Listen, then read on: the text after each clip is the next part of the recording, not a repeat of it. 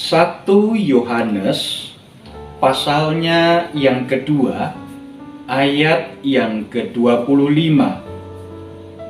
Inilah janji yang telah dijanjikannya sendiri kepada kita, yaitu hidup yang kekal. Selamat pagi Ibu Bapak, Saudara, anggota jemaat dan simpatisan GKI Taman Majapahit Semarang.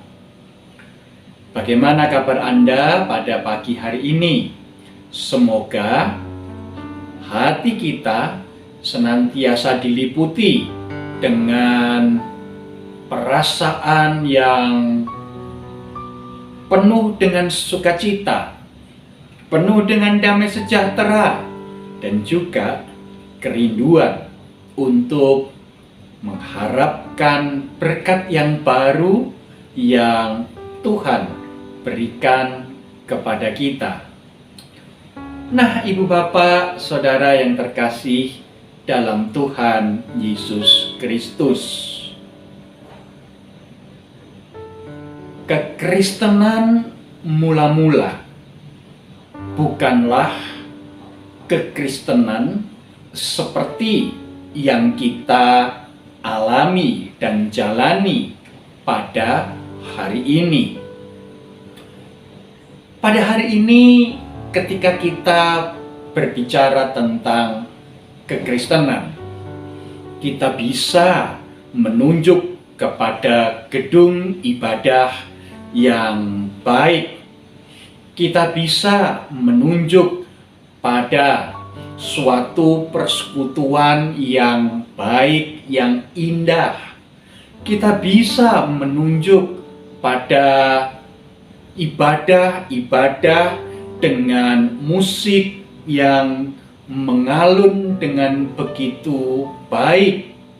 Kita bisa menunjuk pada suasana ibadah yang mendatangkan sukacita, mendatangkan semangat, mendatangkan motivasi, mendatangkan kegairahan. Tetapi tidak demikian halnya dengan kekristenan mula-mula. Kekristenan mula-mula tumbuh dan berkembang justru di tengah-tengah berbagai himpitan. Kekristenan mula-mula justru tumbuh dan berkembang di tengah berbagai keterbatasan. Orang-orang Kristen ketika mereka bersekutu, ada di antara mereka yang melakukannya di katakombe. Apa itu katakombe? Kuburan. Ya, katakombe adalah kuburan. Dan orang-orang Kristen yang demikian, mereka sembunyi-sembunyi untuk melakukan persekutuan supaya mereka tetap dapat mendengarkan firman Tuhan dan saling meneguhkan, menguatkan satu dengan yang lain.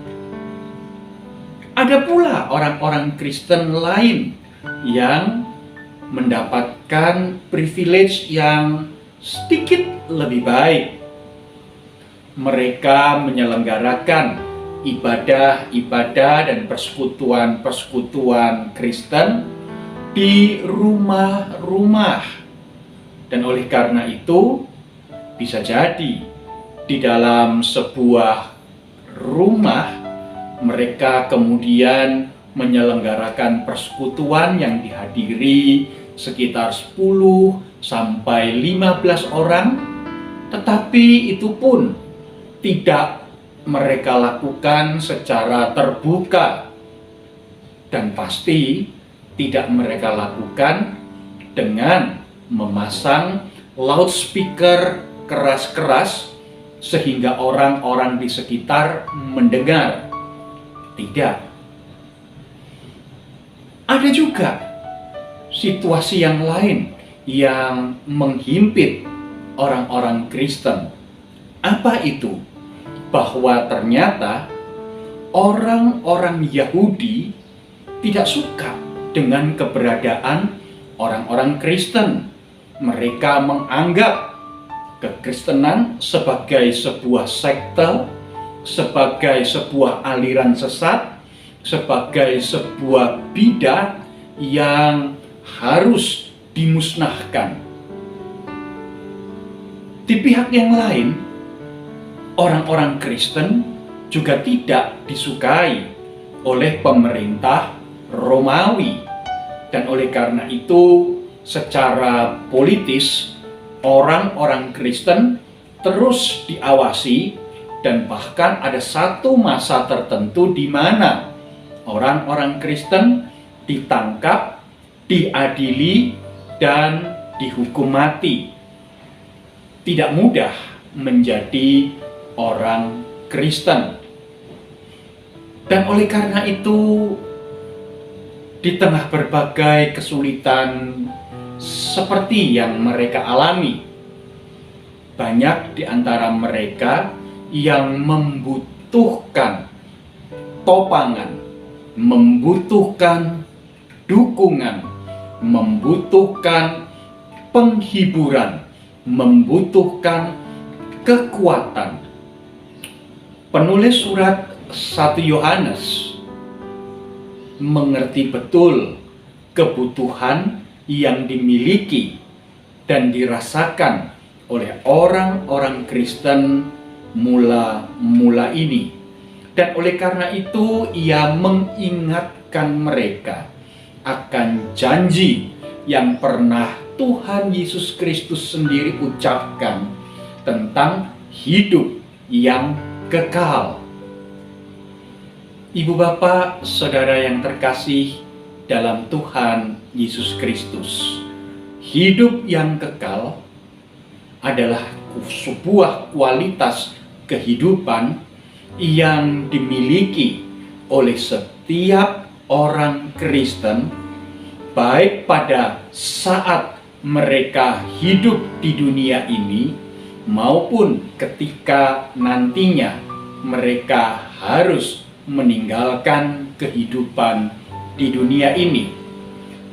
Hidup yang kekal adalah suatu kualitas kehidupan yang begitu indah karena orang-orang Kristen telah mengalami persekutuan yang kekal bersama-sama dengan Allah, dan oleh karena itu di dalam setiap langkah kehidupan mereka, entahkah itu dalam langkah-langkah di tengah situasi yang penuh dengan sukacita maupun di tengah langkah-langkah kehidupan yang penuh dengan duka cita, mereka tetap dapat mengarahkan hati dan kehidupan mereka kepada Allah dan merasakan kemurahan, kebaikan, cinta kasih, dan kesetiaan Allah yang tidak berkesudahan.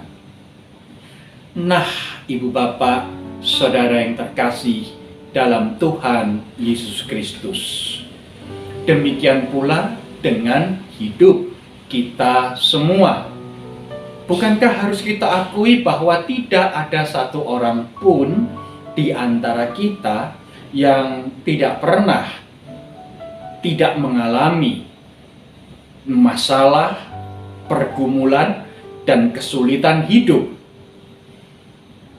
Kita diizinkan untuk terus berjuang, untuk terus bergumul, untuk terus melangkah di tengah berbagai-bagai kesulitan yang ada di hadapan kita.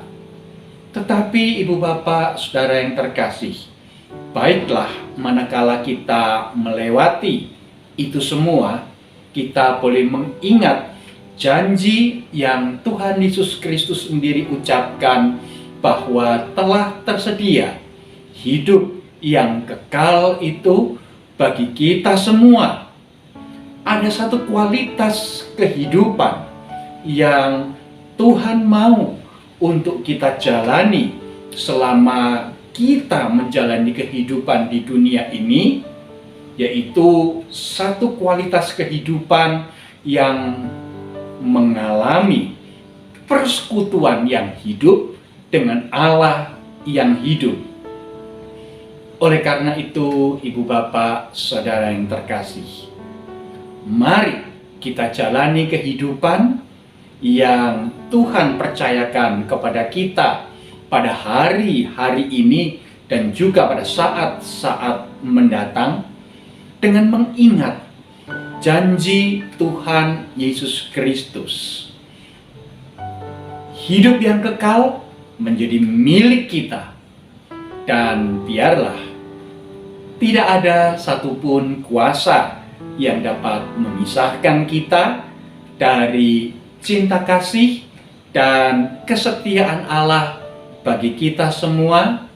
Dan di situ kita boleh betul-betul berjuang, memperjuangkan hidup yang kekal itu, memperjuangkan hidup yang mengalami persekutuan yang tak terpisahkan dengan Allah sang sumber kehidupan itu. Itulah kekuatan kita, itulah penghiburan kita, itulah pengharapan kita, itulah yang memampukan kita untuk terus berjalan. Amin. Mari kita berdoa.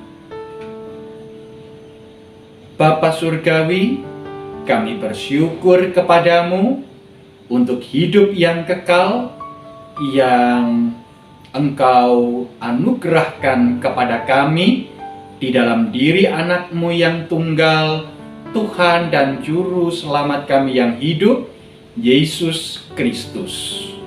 Oleh karena itu, ya Bapa Surgawi, kami berdoa, memohon biarlah janji hidup yang kekal itu memampukan kami untuk menjalani kehidupan di dunia ini dengan penuh kesungguhan, dengan penuh kasih, dengan penuh pengharapan, dengan penuh semangat, dan biarlah hidup kami menjadi hidup yang menyenangkan hati Tuhan. Dalam nama Tuhan Yesus Kristus kami berdoa. Amin.